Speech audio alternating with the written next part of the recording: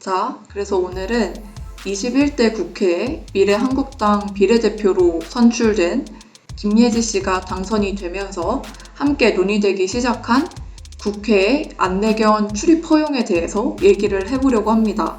그래서 이제 당연하지만 지금 현재 4월 19일에 올라온 기사를 보면은 출입 허용하기로 했다고 국회 사무처에서 얘기를 했는데, 그냥 내가 생각하기에는 국회란 다양한 정체성을 가진 사람들의 의견을 대변해야 하는 곳이잖아. 그렇지. 그럼 당연히 시각장애인인 사람의 눈과 발이 되는 안내견에 출입 허용하는 건 나에게는 너무나 당연한 일인데, 그래서 방금 너가 얘기했잖아. 녹음 키기 전에 첫 시각장애인 국회의원이 아니라고.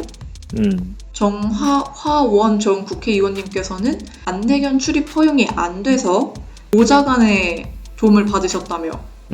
어떻게 보면 우리나라가 그런 인식이 진보한 거긴 한데, 성장한 거긴 한데, 이제서야 시각장애인 안내견의 출입을 허용한다 안 한다로 논의를 하고 있다는 게. 근데 그게 그럴 수밖에 없는 게 정화원 의원이 시각장애인 의원이라고 하잖아? 근데 그게 질대 총선이란 말이야? 그게 2004년이야, 2004년. 2004년엔 지금 그런 그때로부터 인식이 없었나? 그렇다고 생각을 해야겠지? 그러고 나서 이제 16년이 지난 건데, 근데 그 사이에, 그 16년이란 사이에 정화원 의원 말고는 시각장애인 의원이 다시는 안 나온 거잖아. 그것도 참 절망적인 결과지. 그러니까 그게 결국은 거기에서 기인한다고 생각을 하는데, 너가 말한 것처럼 국회란 많은 사람들, 많은 어떤 입장을 대변해야 하는 곳인데, 그 정화원 의원이 당선되고 예정활동을 하고 뭐 그 이후로는 시각장애인을 대변하는 어떤 의원이 단 한 명도 없었다는 거지. 그리고 이제 21대 국회가 돼서야 다시 겨우 한 명이 더 생긴 거고. 그래도 다행히도 우리나라의 인식이 2004년과 비교했을 때 시각장애인이나 안내견에 대한 어떤 인식이 그래도 많이 변화했기 때문에 국회에서도 지금 국회 밖에서도 당연히 안내견은 시각장애인의 그 눈이 되고 발이 되는 그런 존재니까 출입을 허용해야 한다라고는 얘기가 지금 이렇게 나오고 있는 거고. 여야의 첫 통합된 의견이네. 근데 이거는 너가 아까 말했잖아. 이걸 반대하는 건 말이 안 된다고. 그래, 이걸 반대하면은. 그래, 이걸 반대하는 건 말이 안 되지. 그러니까 이걸 반대한다라는 거는 마치 어떤 그 따옴표 쳐서 정상인이라는 어떤 그런 마인드를 가지고 있는 그런 정당이다라는 거를 어떻게 표출할 수 있는 그런 거니까. 그러니까 여기서 반대하는 건 말이 안 되고, 그리고 뭐 이럴 때 의견 표출을 좀 해줘야 되지 않냐? 정당에서도? 숟가락 하나씩 이렇게 꽂아야 될 거 아니야. 그치, 정당의 이념 보여줘야지. 근데 이거는 근데 이념이라고 하기에는 좀 애매하지 않냐? 당연한 건데. 당연한 건데. 이제서야 좀 해결이 됐다는 게 좀 안타깝기는 한데, 그래도 또 한편으로는 이제서는 해결이 됐다는 얘기니까 앞으로도, 그러니까 뭐 시각장애인뿐만 아니라 다른 분야의 장애를 가지고 있는 사람들도 좀 더 국회에 많이 진출할 수 있는 의회가 됐으면 좋겠다? 그런 사회가 됐으면 좋겠다? 근데 내가 이걸 보면서 생각을 했던 게, 지금 대부분의 국민들은 이게 왜 논의가 되어야 할 일이냐, 당연한 일 아니냐라고 얘기를 하는데, 내가 이것저것 찾아보다 보니까 2019년에 시각장애인 안내견의 식당 출입을 막는 것은 차별이라는 국가인권위원회의 판단이 나왔다는 기사를 봤어. 이 사건을 간략하게 요약을 하자면, 진정인 A씨와 시각장애인 2명 등 4명이 지난 3월, 2019년 3월이지, 2019년 3월에 한 식당을 방문해서 보조견 2마리를 데리고 갈 수 있는지 물었는데, 식당 주인이 신발을 벗고 들어오는 음식점 내부로 개가 들어오면 사람들이 싫어한다고 보조견을 옥상에 묶어두고 식사를 하라고 말했대. 결국 내가 이 기사를 보면서 느낀 건 1년 만에 사람들의 인식이 변화한 게 아니라 당연하다고 얘기를 하는 사람들 중에 일부도 자기가 있는 음식점 혹은 자기가 있는 그런 편의시설이라고 얘기하는 가게에 안내견이 들어오려고 하면은 막으려는 사람들이 있지 않을까, 거부하는 사람들이 있지 않을까라는 생각을 했거든. 근데 그건 너무 인간 혐오 아니야? 저희들이 겉으로는 이렇게 얘기하지만은 결국 너의 이익이나 뭐 그런 게 개입이 되면은 다르게 얘기할 거지 않느냐 하는 어떤 그런 느낌으로 들려서. 왜냐하면 KBS에서 영상을 하나 찍은 게 있어. 시각장애인 안내견도 식당 출입하게 해주세요.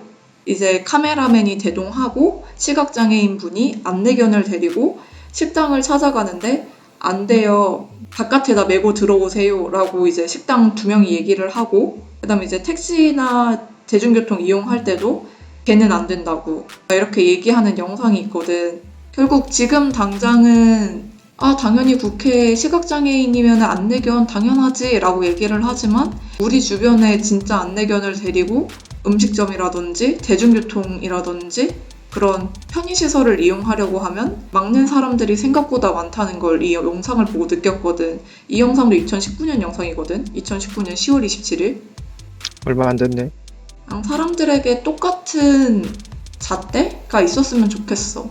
국회의원, 시각장애인, 안내견 당연하지. 그럼 대중교통, 시각장애인, 안내견 당연하지. 식당, 시각장애인, 안내견 당연하지. 이렇게 동일한 잣대가 내려줘야 되는데 국회는 되고 식당은 안 되고 대중교통도 안 되고.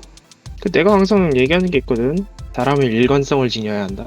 그러니까 고의 막 개소리라든지 아니면은 혐오 표현이라 할지라도 그게 난 일관적으로 계속 하면은 그냥 그 사람은 그냥 그런 사람이다 보다 생각하거든. 근데 이거를 했다가 안 했다가 했다가 안 했다가 하면 그건 이상한 사람이야. 자기의 의견을 계속 견제할 줄 알아야 돼. 그러니까 계속 지속적으로 그냥 계속 일관성 있게 개소리를 하든 바람직하진 않은데? 바람직하진 않더라도 나는 그러면 결국 그것도 그 사람의 의견이라고 생각을 하거든. 그치, 개소리도 의견이지. 그래서 그렇게 일관성 있게 얘기를 해야 되는데 이쪽으로 갔다 저쪽으로 갔다 그러면 이제 그냥 그 발언들에 있어서 좀 저의가 의심됐다고 해야 될까? 맞는 말이야. 좀 일관성이 있어야 되는데 이거는 되고 이건 안 된다 그러면 이런 의견이 있는 사람도 있을 거야. 만약에 그럼 내가 개 알러지가 있는데 그럼 그 상황에서도 안내견 출입을 내가 허용을 해야 하냐라는 얘기가 있는데 이제 장애인 복지법이라는 게 있어. 그래서 장애인 복지법에 따르면 보조견, 그러니까 안내견이지, 안내견을 동반한 장애인이 대중교통을 이용하거나 공공장소, 식당 등에 출입할 때 정당한 사유 없이 거부하지 말라고 규정한단 말이야. 이제 정당한 사유 없이 거부를 하게 되면은 장애인 차별이기도 하고 과태료를 내야 해. 그래서 만약에 내가 개 알러지가 있다면 그냥 개 알러지가 있어서 안 된다라고 얘기를 하면 되는데 이거를 그냥 큰 개니까 뭐 입마개도 안 했고 털 날리고 여긴 음식점이고 그런 식의 이유 때문에 거부를 하면 안 된다는 거지. 내가 생각했을 때 안내견을 거부하는 이유는 크게 2가지 정도? 첫 번째로 일단 리트리버 같은 종류를 쓰니까 대형견이잖아. 그럼 위험하게 느껴질 수도 있고. 그럼 2번째는 이제 털 날리는 거겠지? 근데 일단 첫 번째 경우 같은 경우에는 대형견이 클 수밖에 없는 이유에 대해서 설명을 해야 하는데 대형견이 클 수밖에 없는 이유는 만약에 이제 시각장애인 뭔 소리야 그게?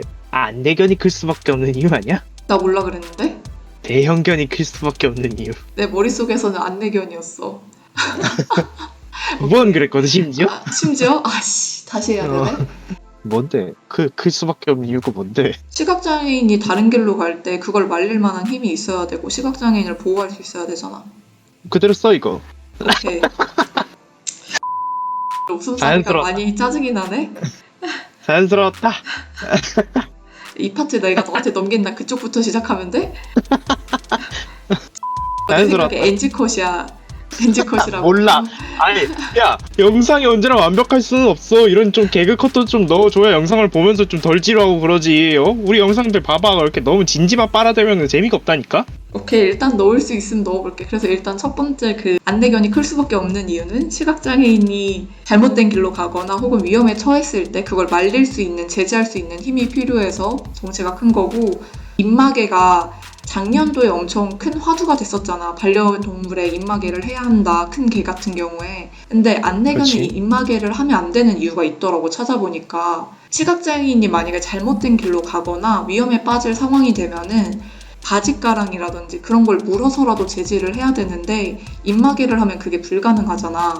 장애인의 안전권과도 직결돼 있는 문제이기 때문에 안내견은 입마개를 할 수가 없어. 그리고 이제 털 같은 경우에는 우리가 이번 이 내용에 대해서 사전에 미리 회의하면서 너가 그 얘기를 했잖아. 만약에 시각장애인 중에 개 알러지가 있으면 개털 알러지가 있는 사람은 안내견을 그럼 못 받는 거냐라고 해서 내가 찾아봤는데 개털 알러지가 있는 시각장애인들을 위해서 털이 덜 빠지는 푸들하고 이렇게 교배시켜서 털이 덜 빠지게 하는 그런 식의 안내견을 양성하고 있다고 얘기를 하더라.